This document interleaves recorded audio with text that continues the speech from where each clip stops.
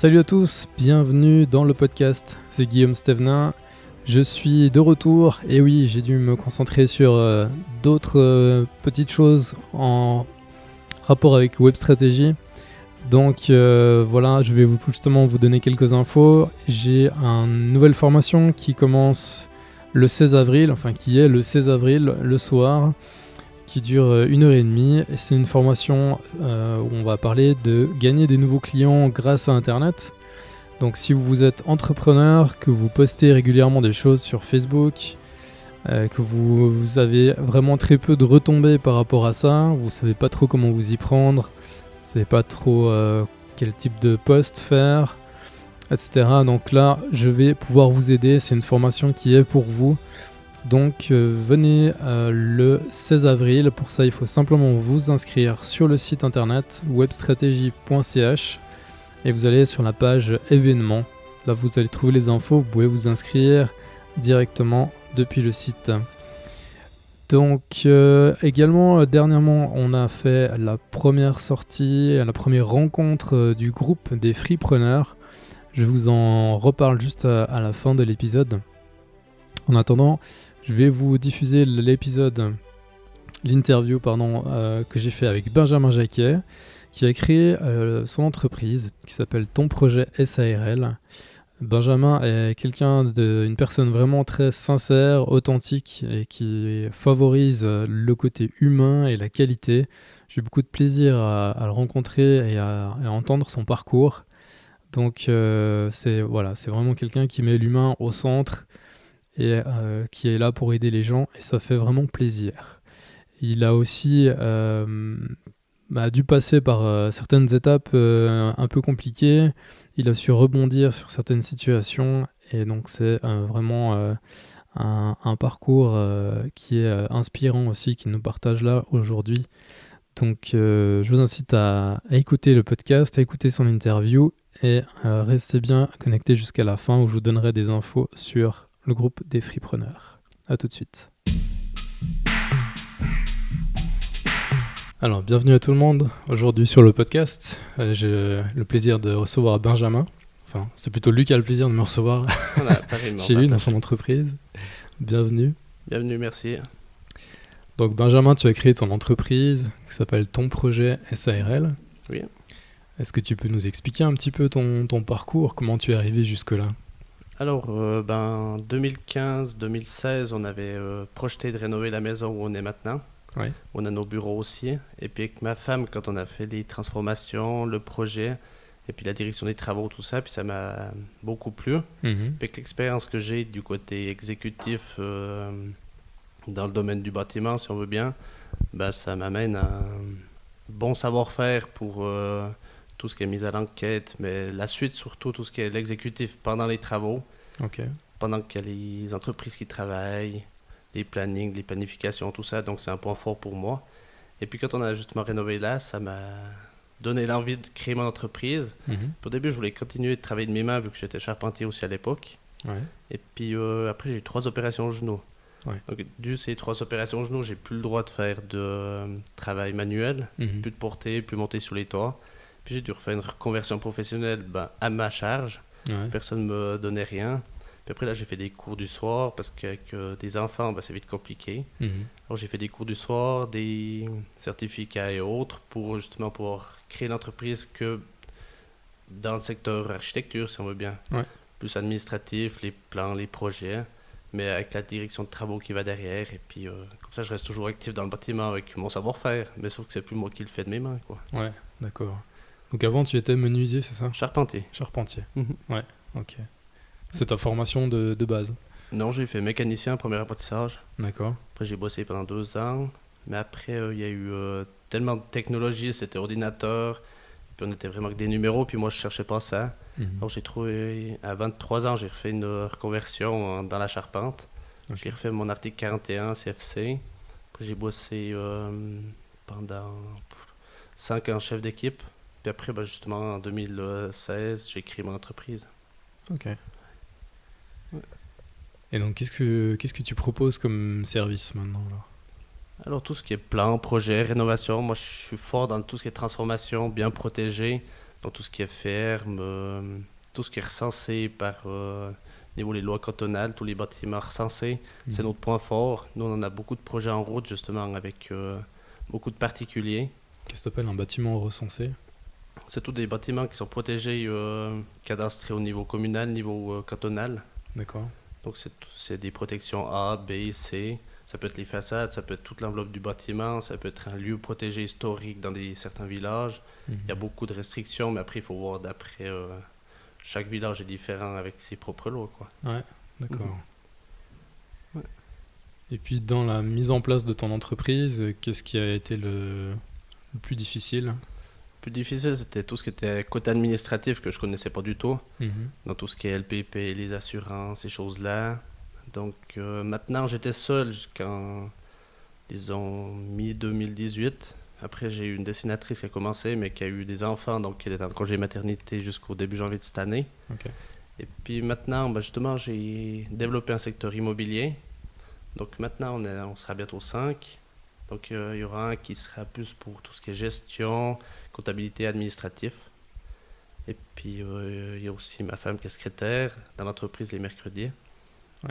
Mais c'est vrai que il y a tout ce qui est travaux à côté qu'un patron avait, qu'on ne voit pas forcément en tant qu'ouvrier, mais quand on vient à sa place au niveau patron, c'est là qu'on voit tout ce qui est administratif et puis tout ce qu'il faut remplir et tout ça. Ouais. Niveau marketing, chercher des nouveaux clients et tout ça, quoi. Ouais. Et comment tu fais quand tu as des passages un peu difficiles soit pour la gestion des choses ou pour tout d'un coup tu as une galère, une autorisation qui passe pas ou comment ça se passe? On serre les dents puis on espère que ça passe, mais moi je lâche jamais rien. Donc il y a certains projets que c'était presque voie à l'échec et puis j'ai tenu bon, j'ai tenu tête et puis c'est passé. Ouais.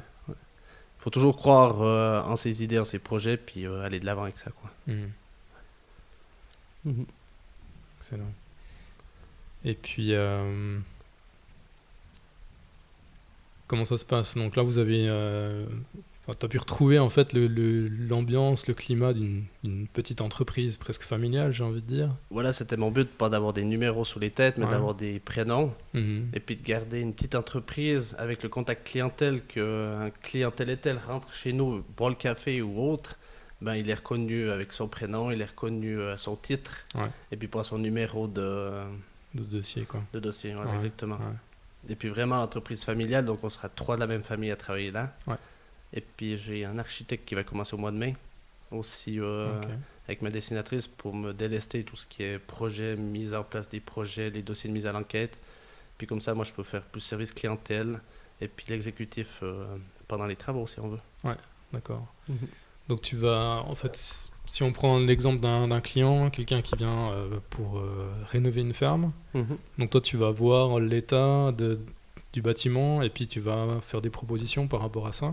Voilà, il vient chez moi et on discute. Moi, je vais toujours me rendre sur place pour me faire une idée du bien. Après, je regarde un peu le secteur, si c'est protégé ou non. Après, qu'est-ce qu'il y aurait possibilité avec les RCUE? Souvent des communes, chaque commune a son propre RCUE. Donc, après, on va faire le projet d'après ça. Mais moi, je vais rien élaborer. C'est le client, il va dire, moi, j'ai envie de ça, ça, ça. Et puis, on va travailler d'après ses envies à lui. Moi, je vais pas imposer mes idées. Oui, on va donner des filons, mais pas leur imposer nos idées. C'est les idées du client, du nom de l'entreprise, ton projet SARL, c'est le projet du client. Et puis après, on va justement regarder tout ce qui est niveau financier, avant de trop investir justement d'argent, comme il y a certaines personnes qui vont, et puis qui n'ont pas le porte-monnaie qui va avec leur rêve, on peut dire ça comme ça, on remet justement le bon niveau où il faut. Puis après, on crée leur projet d'après leur financement qu'ils ont possible. Ouais, c'est trouver un compromis en fait. Voilà. Pas créer des projets, créer du rêve. Et puis après, tout d'un coup, ce qui fait mal, c'est que les finances ne suivent pas. Et puis que le client, son projet n'aboutit pas. Donc c'est ce que j'évite dès le départ. On regarde. Puis moi, ça ne me fait pas perdre du temps, le client non plus. Donc voilà. Donc qu'est-ce que tu as envie justement d'apporter aux clients en leur proposant de rénover des bâtiments? Moi, ce que j'ai regardé avec les entreprises en amont, et puis moi, quand j'ai fait ma maison, moi, j'ai vu l'image que beaucoup de personnes sont prises et sont faites. Et puis moi, je suis en train d'abolir ça. Par exemple, moi, je ne vais pas prendre un mandat. Je vais pas avoir besoin de savoir combien tu as de porte-monnaie pour, disons, 1 million, puis je fais un pourcentage de X, et puis je te demanderai tant d'honoraires. Moi, je vais demander tant pour la mise à l'enquête, et puis après, je travaillerai à l'heure. Toi, tu me paierais à mes heures que je travaillerai pour toi pour trouver les meilleurs rapports qualité-prix, les meilleurs détails en exécution pour pas créer de plus-value. Et puis tout ce que je peux t'apporter au niveau pourcentage des fenêtres, des cuisines, tout ça, c'est des marges que je laisse et puis que je peux laisser traîner une facture chez moi qui est chez le cuisiniste, ben qu'il n'y ait pas de pourcentage caché. Parce qu'il y en a beaucoup qui travaillent comme ça, mais moi, c'est pas mon optique. Mon optique, c'est le client, il paye son bien à 100%, mais pas à 125%. Ouais. Donc, tu es pour la transparence, en fait. Voilà. Ouais. Ce qui devrait être pour tout le monde, quoi. Ouais. Tout le monde doit gagner sa vie, hein, mais juste. Ouais. Et quelle est ta plus grande satisfaction dans ton travail? C'est la confiance que les clients me donnent. Donc ça peut déjà être le premier point. Deuxième point, c'est de voir les projets qu'on fait ensemble avec le client qui se réalisent. Et puis que ça se termine très bien, et puis qu'on n'a jamais de plus-value, et puis de choses comme ça. Et puis de voir ce qu'on peut faire avec de l'ancien, amener du cachet d'aujourd'hui. Ouais. Puis c'est ça qui me garder cette architecture de l'époque, et puis en restaurer quelque chose au goût du jour d'aujourd'hui de l'intérieur, spécialement. Mais de voir un projet fini avec le client, ça fait toujours... puis de voir le sourire sur la tête des clients, c'est toujours ça qui est ça, joli. hein. Ouais. Ouais. C'est un style particulier que tu fais de rénovation ou bien c'est vraiment, enfin, j'imagine bien sûr que c'est en fonction de la demande du client, mais toi, tu es plus spécialisé dans un style en particulier? Moi, j'ai pas de style en particulier, mais je préfère tout ce qui est ferme, un peu tout ce qui est vieux, ce que des autres aimeraient pas faire, par exemple. Ouais. Mais moi, plus c'est vieux, plus j'aime, donc... Ouais. Faire renaître un bâtiment, en fait, quelque sorte. C'est ça, comme par exemple, mon lavabo que j'ai à la maison, dans ma propre chambre, j'ai trouvé un établi. J'ai juste ressemblé, j'ai collé 2 vases dessus. Ouais. Et puis, j'ai fait renaître un meuble qui avait déjà un passé. Il y a des traits de scie, il y a encore des clous. Il y a... Ouais, ça a apporté ma petite touche, quoi, disons. D'accord. Puis comment tu définirais le style, un peu comme on est là, dans tes bureaux? Là, c'est un peu mix. Il y a du bois qui amène la chaleur, il y a quand même du blanc de crépier qui amène de la clarté. Après, c'est chacun ses styles, hein. Moi, j'ai apporté les cartes de fenêtre en bois, l'extérieur c'est en alu. Pour l'entretien, c'est aussi plus facile. Après, maintenant, on a quand même des chauffages au sol qui sont performants, basse température, avec des chauffages écologiques. Donc voilà. Ouais.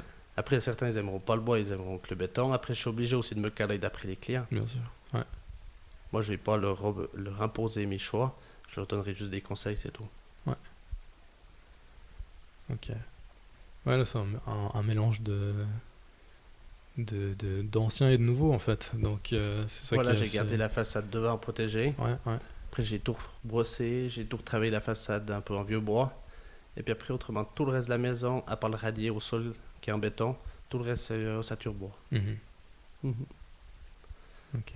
Donc après, des gens veulent mixer les choses, faire moitié-moitié, d'autres plus traditionnels, que la charpente en bois et puis tout le reste en béton. Ouais. Mais maintenant, les gens se tournent beaucoup vers les produits écologiques, et puis ce qui est important aussi, à mon avis. Ouais.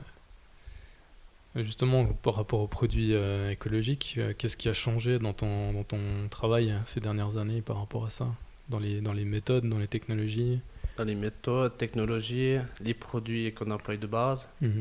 Donc moi, pour de la simple isolation, je prône l'isolation laine de bois, qui est écologique, et puis qui n'a pas de solvant dedans, de choses comme ça. Donc, et puis déjà, rien que pour ceux qui la posent, ça gratte déjà beaucoup moins. Et puis c'est... Même s'ils en avalent un peu de poussière, c'est pas de la fibre de verre ou des choses comme ça. Donc, D'accord. Puis au niveau des panneaux solaires, tu fais aussi la pose de panneaux solaires? Panneaux solaires, je suis très réticent de ce côté-là. Okay. Parce que je trouve très bien le projet. Mais après, je trouve qu'on ne donne pas assez d'indications justement quand ils auront 25 ans de durée de vie, qu'ils seront au bout. Qu'est-ce qu'on va en faire? Où est-ce qu'on va les recycler? Et puis personne ne sait pour l'instant. Donc c'est de la matière grise, elles sont fabriquées très loin, avec des produits qui coûtent cher. Et puis au kilowatt qu'on l'achète aujourd'hui, c'est très peu rentable si on veut. Mais moi, c'est toujours 300, voire 3000 mètres carrés qu'ils posent. Mais où est-ce que le client va aller avec plus tard? Donc c'est ça que moi je mets pas trop en avant parce que je sais pas, justement, j'ai pas de réponse là-dessus. Mhm. Ok. Ouais, je sais pas si tu avais quelque chose de spécial que tu voulais encore rajouter ou... Non, c'est que nous, notre bureau, on est très proche de nos clients. Mhm. Donc là, on a aussi développé un secteur immobilier à côté parce qu'on a des clients qui font une rénovation de 2 voire 3 appartements dans le même bien Ouais. et puis qui ont eu la confiance justement qui a été instaurée ensemble et puis ils ont envie justement de me donner la suite de la gérance et puis de pas avoir besoin d'une grande entreprise, même qu'elle travaille très bien, mais ils ont cette proximité qu'ils ne retrouvent plus chez d'autres entreprises Ouais. qui prennent beaucoup de travail pour assurer la masse salariale qui va derrière avec, quoi. Ouais. Tandis que nous, c'est un petit plus qu'on met en avant pour nos clients. Ouais, donc tu favorises le contact vraiment Voilà. avec les gens Mhm. directement. Ce qui est en train de se perdre dans beaucoup Ouais, d'entreprises. ouais. Donc on voit maintenant même des épiceries en vrac, tout ce qui revenait de l'époque remarche très bien maintenant. Ouais. Donc les gens, ils ont envie de retrouver justement cet aspect Humain. contact, et puis plus derrière leur smartphone, leurs choses comme ça, quoi. C'est ce qu'on fait là avec le podcast aussi. Voilà, ouais. Mais même, j'ai des gens dans le village qui s'arrêtent, tout d'un coup, ils boivent le café là. Ouais. Ils arrivent en bas d'écurie, puis... Non, mais c'est vrai. Après, moi, je dis, ils viennent là, ils boivent un café, après on discute 2 minutes, puis ils repartent, et puis... Ouais, Puis qui sait, un jour, ce sera peut-être un client. un futur client, mais tout d'un coup, il peut parler de toi, donc... Puis même, c'est d'échanger, donc moi, c'est pas... Ouais. Ma porte est ouverte. Tu sauras si t'es de passage une fois. Ça marche. Ouais. Donc toi, en fait, tu proposes tu coordonnes les différents corps de métier dans le projet d'une rénovation, c'est ça ou bien? Voilà, les premières bases qu'on fait, on fait des esquisses avec le client, s'il souhaite. Après, on va mettre ça sur papier. On va déposer, on va voir s'il y a besoin de mise à l'enquête ou non. Ouais. Après, s'il y a besoin de mise à l'enquête, on fait une mise à l'enquête. Maintenant, il y a beaucoup de 3 mois, c'est des enquêtes préalables, ils appellent ça. Ouais. Donc, c'est 3 mois, on envoie les mêmes documents, un peu moins complets, pour voir le retour justement de Fribourg et puis des communes. Et puis après, on fait l'officiel d'après le retour qu'on aura eu, des conditions et tout ça. Et puis après, quand on a posé la mise à l'enquête normale, on va justement déjà commencer à développer les soumissions, les plans d'exécution. Et puis après, on va faire un devis révisé, qu'on appellera ça. Parce qu'au tout départ, on va faire un devis estimatif. Puis après, on va faire un devis révisé. Après, avec ça, on va, par exemple, 3 entreprises par CFC. Et puis, on va choisir avec le client lequel il veut. Parce que des fois, il y a son cousin, il y a son frère. Et puis après, nous, on propose aussi nos entreprises qui travaillent beaucoup pour nous. Et puis, on sait la qualité qu'ils font. Puis, rapport qualité-prix sont très bien. Puis, en tout cas, en Gruyère, on a beaucoup de main-d'œuvre très très bonne, et puis j'espère que ça se perdra pas ce savoir-faire qu'on a maintenant, que des machines sont en train d'arriver à nous remplacer, quoi. Et puis après, justement, quand on a l'exécution qui se met en route, il y a la suivi de chantier qui va avec, la planification, il faut faire des plannings, il faut suivre chaque entreprise, il y a la grosse œuvre, après petite œuvre, jusqu'à la finition, nettoyage final, puis à la remise des clés avec le client. Donc ça, le suivi de chantier, ça c'est vraiment, t'enlèves une grosse épine du pied au propriétaire.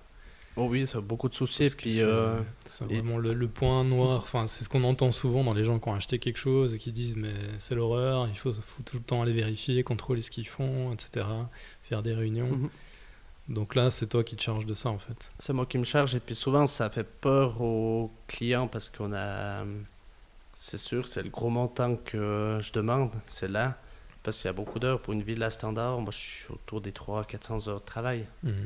Donc, c'est là qu'il y a vraiment le gros montant des honoraires. Et puis, bien sûr, que n'importe quel client va se dire mais ça, je pourrais très bien faire moi-même et puis faire valoir ça en fonds propres pour la banque. Mais après, il faut très bien savoir que si un client se lance tout seul, au bout d'un moment, s'il revient vers moi, c'est qu'il y a des gros problèmes. Et puis, on ne pourra jamais rattraper le problème. Donc, je préfère... Parce qu'après, c'est l'image de l'entreprise qui va passer, même si on reprend le projet en cours qui est en train de tomber, si on veut bien, c'est l'entreprise qui prendra le mandat, qui va se faire une mauvaise image. Et puis en tant qu'entreprise, on doit se défendre notre image. Et puis elle est plus vite en bas qu'en haut. C'est clair. Donc voilà. Mais c'est vrai que le plus gros poste, c'est la direction des travaux. Et puis voir vraiment ce qui est facturé, mettré, et puis fait juste. Mais tu reprendrais quand même un mandat comme ça qui est en cours ou bien ça dépend à quelle étape où ça en est, puis où les finances ont été faites, et puis qui c'est qui a fait les plans d'exécution. Donc tu fais quand même un bilan estimatif avant de Oui, de dire toute oui ou façon, non, je vais pas quoi. fermer la Ouais, porte à personne, ouais, mais ouais, moi, je dois aussi assurer, niveau mes employés, moi j'ai une famille derrière aussi, ouais. donc les factures, elles arrivent la même chose. Donc moi, je dois quand même assurer le coup, mais je vais de toute façon regarder. Et puis après, bien sûr qu'on va trouver des solutions où je l'aide un peu à côté, des choses comme ça, mais Ouais. c'est vrai que ça se pose comme question parce que c'est vite une image de marque qu'on peut prendre sur soi et puis faire dévaloriser justement Ouais. le niveau de l'entreprise. Ouais, c'est clair. Puis si tu laisses de côté ces gens-là qui sont pris au dépourvu un peu dans leur projet, Mhm. c'est un peu dommage aussi, quoi. Il y a des clients qui m'ont rappelé justement que des autres promoteurs, des choses comme ça qui Ouais. avaient fait, ben, ils étaient pas dans l'embarras financier, mais presque. Mhm. Puis j'aurais dit, ben écoutez, là, moi je peux pas venir parce que je vais devoir vous demander tant de mon temps, mais vous en avez déjà tellement peu, investissez-le juste Ouais. et puis essayez de vous entourer de bons corps de métier qui peuvent vous aider justement à faire la suite. Ouais. Mais après, il y a deux, trois projets que tout le monde croyait que jamais ça passerait. Et puis moi, justement, en enlevant toutes ces marches que les gens se prennent, ben ça passe. Ouais. Et puis voilà. Mais je ferme pas la porte au nez à personne, donc de toute façon, je vais voir. Ouais. Mais après, voilà, moi, je peux pas prendre des responsabilités qu'eux, ils ont pris dès le départ eux-mêmes. Ouais, non, c'est clair. Donc voilà. C'est clair que c'est plus délicat Mhm. que de partir depuis le début du projet. Voilà, puis moi, j'ai déjà pas mal vu des choses en amont qui se faisaient faux. Ouais. Et puis qu'à l'exécution, justement, il faut retravailler. Puis c'est souvent là qu'elle est plus-value. Mhm. Mhm. Ah, d'accord, ouais. Ok. Donc voilà, après, je sais pas trop ce qu'on peut dire autrement sur la direction de travaux, mais c'est que c'est pas un boulot facile, donc c'est vraiment un boulot qui est tout le temps dans les finances, dans les soucis, tout le temps en train de courir après l'un, après l'autre. Ouais.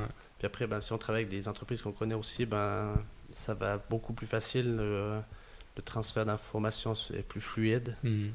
Donc Ouais, si tu sais à qui t'as affaire, tu voilà. as confiance, tu sais la qualité Moi, j'ai pas besoin d'aller derrière. les contrôler 3 fois par jour Ouais. sur le chantier, je sais que ça C'est une travaille et charge puis que ça suit. différente. Ouais. Mhm. Puis après, les entreprises aiment bien travailler avec moi parce que moi, je paye à 10 jours. Quand c'est marqué à 10 jours ou c'est marqué à 15 jours, on paye à 15 jours parce que pour moi, c'est pas à l'entreprise de faire la banque Mhm. pour le client, si on veut. Ouais. Donc, certaines entreprises travaillent des mois et puis ils sont payés des mois après. Mhm. Donc, un entrepreneur a des salaires à sortir, il a des ouvriers à payer, des LPP, enfin tout ce qui va avec, quoi. Ouais. Donc les entreprises aiment aussi travailler avec moi parce que justement je paye bien et puis assez vite je laisse pas traîner des factures sur le bureau qui peuvent leur mettre... Des entreprises peuvent partir aussi en faillite avec ça. Ouais. S'il y a des gros montants de 100, 200 000 francs qui sont impayés à cause d'un oubli d'une personne. Ouais, non, c'est clair. Ouais. Et pour le début de ton entreprise, comment t'as fait pour savoir par quoi il fallait commencer et puis comment trouver un nom, ouais, vraiment tout ce qui était du début, ça s'est passé. Alors l'entreprise, on a cherché un long moment pour voir comment déjà rien que l'appeler, Mhm. voir le secteur que je voulais un peu développer. Ouais. Puis quand on a créé l'entreprise Ton Projet, c'était ma femme qui a trouvé le nom. Vu qu'elle a dit que c'était un projet, ça restait personnel. Ouais. Puis je voulais pas appeler ça votre projet ou c'était nous remettre du vouvoiement et puis Ouais. vraiment nous repasser une étape plus familiale. D'accord. Donc c'est pour Ouais. ça qu'on est parti sur Ton Projet SARL parce que c'est le projet de chacun. Ouais. Que ce soit on est tous là pour créer le projet, que ce soit le client, moi, puis les entreprises qui travaillent, les ouvriers. Même ceux de la commune qui viennent contrôler, c'est le projet de tout le monde, si on veut. Ouais, ouais. Et puis après, on a créé le nom de l'entreprise en 2017. On est passé chez notaire, bien sûr, pour faire payer la taxe, quoi. Mhm. Et puis après, en 2017, je continue à travailler chez mon ancien employeur. Et puis tout en ouvrant l'entreprise à côté, démarcher un peu 2-3 boulots. Mais c'est que avant 2017, j'avais déjà beaucoup de travail que je donnais à mon ancien employeur. Ouais. Et puis, vu que je travaillais là-bas, c'était normal que je donne directement son nom. Mais je me disais, c'est toujours des projets que je donne, et Ouais. puis que je fais pas à moi, titre privé. Et puis depuis, après, c'est le bouche-oreille qui parle. Ouais. Mais c'est sûr qu'après, il y a eu des formations à faire, et des choses de loi que je connaissais pas forcément. Mhm. Et puis, il y a beaucoup de choses à se former, puis il faut toujours se former dans le bâtiment, parce que toute technologie évolue. Donc, on est sans arrêt en train de se former. Ouais. Comment t'as fait la transition en fait? Pendant un moment donné, tu étais employé, tu travaillais encore à 100% ou est-ce que t'as pu réduire progressivement ton taux de travail? C'est qu'après, j'ai eu ces soucis au genou. Ouais. Et puis que quand j'étais à 100%, après, j'ai dû mettre à l'assurance, première Mhm. opération. Puis après, ça a duré longtemps avant que ça cicatrise. Après, j'ai retravaillé 1 mois et demi. Puis bien sûr, sur un toit qui était très pentueux. Mhm. Puis je sais pas si c'est ça qui m'a fini le genou, mais je pense. Puis donc là, repasser sur la table et puis opération. Puis là, ils m'ont dit, pour conserver votre genou, il faut arrêter de travailler Mhm. vraiment le côté manuel. Éviter de... Vous pouvez rester dans le bâtiment, mais... Après, j'avais un choix à faire. J'avais acheté des remorques.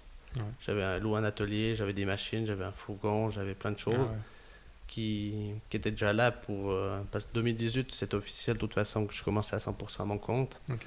J'avais des projets clients que je travaillais de mes mains aussi, que j'ai dû leur téléphoner pour leur dire que je pouvais plus.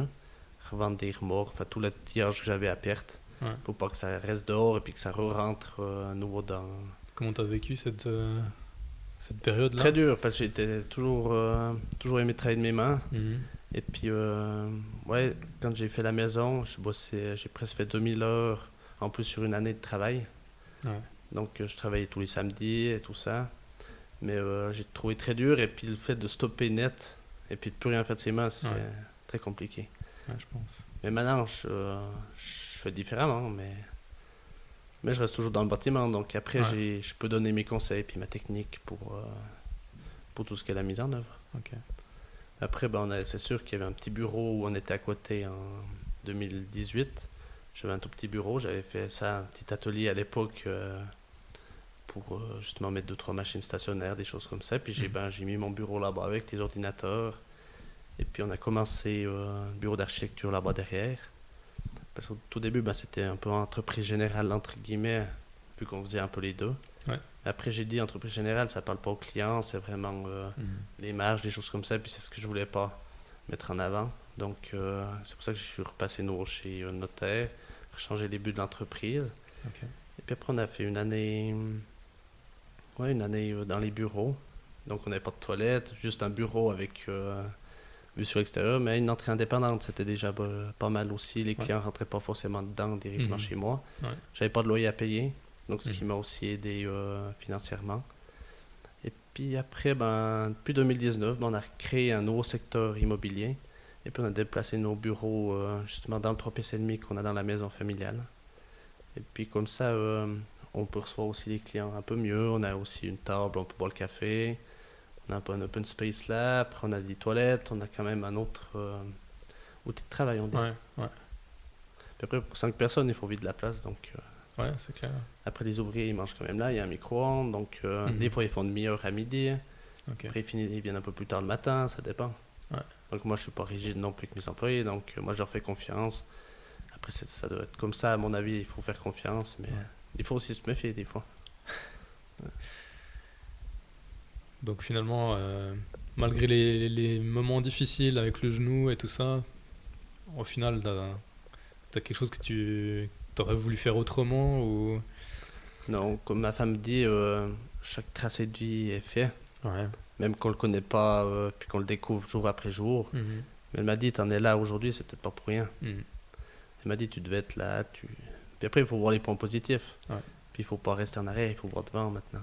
Ouais, c'est Donc clair. maintenant, j'ai beaucoup de clients qui m'appellent, justement, qui aiment cette approche petite entreprise. C'est qu'après, plus on attend, plus les gens doivent aussi attendre. Moi, je vais pas prendre beaucoup de boulot pour prendre du boulot. Moi, je vais quand même garder ma qualité de travail. Ouais. Donc c'est ma vision de... Donc tu préfères à la limite refuser un mandat pour conserver un bon niveau de qualité Oui. sur les projets en cours, disons. Voilà, je préfère le refuser. Après, c'est sûr que ça fait en tant qu'entrepreneur, Ouais. ça fait toujours un peu Petit pincement. un petit pincement de refuser un boulot. Mais après, c'est ça, hein, on peut pas non plus prendre. Et puis après, ce qui est aussi dur dans l'architecture, c'est que des fois, il faut prendre parce qu'il y a des projets qui vont rester en stand-by un moment, que ce soit à l'État ou bien à la commune. Et puis tout d'un coup, des clients n'ont pas forcément les fonds tout de suite. Mhm. Donc voilà. Ouais. Mais il faut toujours trouver le juste milieu. Ça, c'est très Ouais. compliqué. Mais C'est clair. après, on refuse personne. Après, on peut trouver des échéances, on peut trouver des styles de mandat aussi, on peut faire de l'accompagnement, on peut pas forcément faire que nous le projet d'A à Z. D'accord. Ouais. Des fois, il y a des clients qui sont charpentiers, sanitaires, chauffagistes, et puis qui font une partie de direction de travaux avec nous. Ok. Ouais. Donc c'est vraiment à la carte chez nous. Donc, cool. Ouais. Donc venir boire un café, poser des questions, et puis voilà. il y a des solutions à tout. Voilà. Après, c'est sûr que je garde aussi mon savoir-faire et puis toute ma technique. Ouais. Je ne vais pas au premier rendez-vous. Une fois j'ai fait ça pour un client, ça m'a bien appris d'ailleurs. Ouais. J'ai tout fait le dossier, j'ai monté les devis estimatifs, les appels d'offres. Et puis, bien sûr, en tant que jeune entrepreneur, j'ai tout donné. Ouais. Puis après, j'ai reçu un mail le lendemain, merci de votre travail. Et puis, j'ai plus besoin de vous en gros. Ouais. Donc voilà. Le job était fait. Ouais. Donc là, j'ai perdu 10 000 francs. Ouais. Donc ça fait vite un trou. Ouais. Puis après, c'est sûr, c'est des espoirs de travail, c'est des espoirs pour justement un développement d'entreprise. C'était au tout début, je disais, ça va bien, un projet, ça commence déjà là, on met une barge publicitaire, ça nous montre un peu sur le marché. Mm-hmm. Puis juste avant de commencer, on reçoit un mail comme ça fait toujours un peu mal au cœur. Quoi. Ouais. Mm-hmm. Puis justement, au niveau pub, marketing, comment tu t'y prends? Alors tout le monde à l'époque, beaucoup de copains, de choses comme ça, ils me disaient va sur Facebook, va sur Instagram, de toute façon il n'y a plus que ça qui marche, les jeunes ils tournent que là-dedans. C'est vrai que mon site internet m'a pas amené beaucoup de monde, mais un site internet est là pour mettre nos références, nos choses un peu plus professionnelles, on dirait ça comme ça, avec des explicatifs pour certains posts. Puis après, sur Facebook, Instagram, là, on lance plus des photos, des posts ou bien des choses comme ça. Mm-hmm. Ce qu'on fait tous les jours, ce qu'on voit tout d'un coup, on est sur un chantier, on a une petite photo, on la poste. Moi, je travaille plus dans cette optique-là. Ouais. Après, il faut aussi se montrer sur papier parce qu'il y a encore des anciennes personnes, des personnes âgées qui sont là et puis qu'il ne faut pas les oublier. Donc, il faut aussi travailler sur papier, que ce soit au niveau sponsoring dans les communes, les petites fêtes, les choses comme ça. Ouais. Et puis que les personnes de 50 à 80 ans regardent aussi ça. Puis ils sont aussi propriétaires de maisons à rénover. Ah, bien sûr. Que ce soit eux, leurs petits-fils, leurs fils. Donc, il faut être un peu partout. C'est sûr qu'il faut être côté jeune, mais il faut aussi pas oublier nos aînés. Ah ouais. Mm-hmm. Ok, cool. Voilà. Après, c'est sûr qu'il faut toujours essayer de trouver mieux que l'autre. Et puis trouver la chose qui nous démarque, qui démarque l'entreprise des autres. Après, c'est sûr, il faut trouver comment, mais c'est sûr, si on attend, on ne saura jamais. Ouais. Après, c'est vite des montants aussi au niveau publicitaire, au niveau sponsoring par année. Ouais, ça va vite. Ouais. Rien que la maintenance du site, il faut tout le temps remettre à jour, il faut remettre des nouvelles photos, il faut quand même passer beaucoup de temps dessus. Ouais. Donc, on n'a pas le choix, donc c'est comme ça. Cool. Merci beaucoup en tout cas pour ton temps. Mais de rien, merci partage. À toi d'être venu. Et puis, on mettra dans le post sur le site, je mettrai les références de ton site. Mm-hmm. C'est gentil, comme ça, les gens peuvent aller voir directement ton site, ta page Facebook, etc. Mm-hmm. Comme ça, ils peuvent découvrir un peu plus visuellement, parce que là, ils n'ont eu que la voix. Voilà, un peu une voix gruyérienne des fois. On me dit que j'ai un accent un peu canadien, mais... enfin, voilà. Cool, en tout cas, merci beaucoup. Et puis, je te souhaite plein succès pour la suite. Merci, toi aussi. Merci. À bientôt. À bientôt, merci. Ciao. Voilà, j'espère que cet épisode vous a plu. Comme promis, je vous donne des infos sur les Freepreneurs. Les Freepreneurs, c'est un groupe d'entrepreneurs. C'est un groupe sur Facebook que vous trouverez sur facebook.com/lesfreepreneurs en un mot. Et c'est simplement une communauté que j'ai créée où vous retrouvez principalement des entrepreneurs fribourgeois, comme vous pouvez vous en douter. Benjamin en fait partie aussi d'ailleurs. Et dernièrement, donc, on a fait la première rencontre. C'est passé à Farvani, à la Petite Pinte. C'était vraiment super sympa. Donc il y aura très certainement une autre sortie. J'ai pas encore de date prévue pour le moment, mais en tous les cas, si vous souhaitez rejoindre le groupe, si vous êtes entrepreneur, vous êtes dans le canton de Fribourg, n'hésitez pas à rejoindre le groupe pour connaître des nouvelles personnes, pour partager votre activité, vous présenter, et puis pourquoi pas rejoindre la prochaine sortie des Freepreneurs pour voir les gens en vrai, puisque oui, il y a effectivement des gens derrière ces profils Facebook, donc il faut profitez d'utiliser Facebook, mais il faut aussi rencontrer les gens dans la vraie vie, c'est toujours plus sympa. Voilà, en tous les cas, rejoignez le groupe si ça vous dit, de faire connaissance avec de nouvelles personnes et de partager à propos de votre activité sur facebook.com/lesfreepreneurs en un mot. A tout bientôt pour un prochain épisode. Ciao.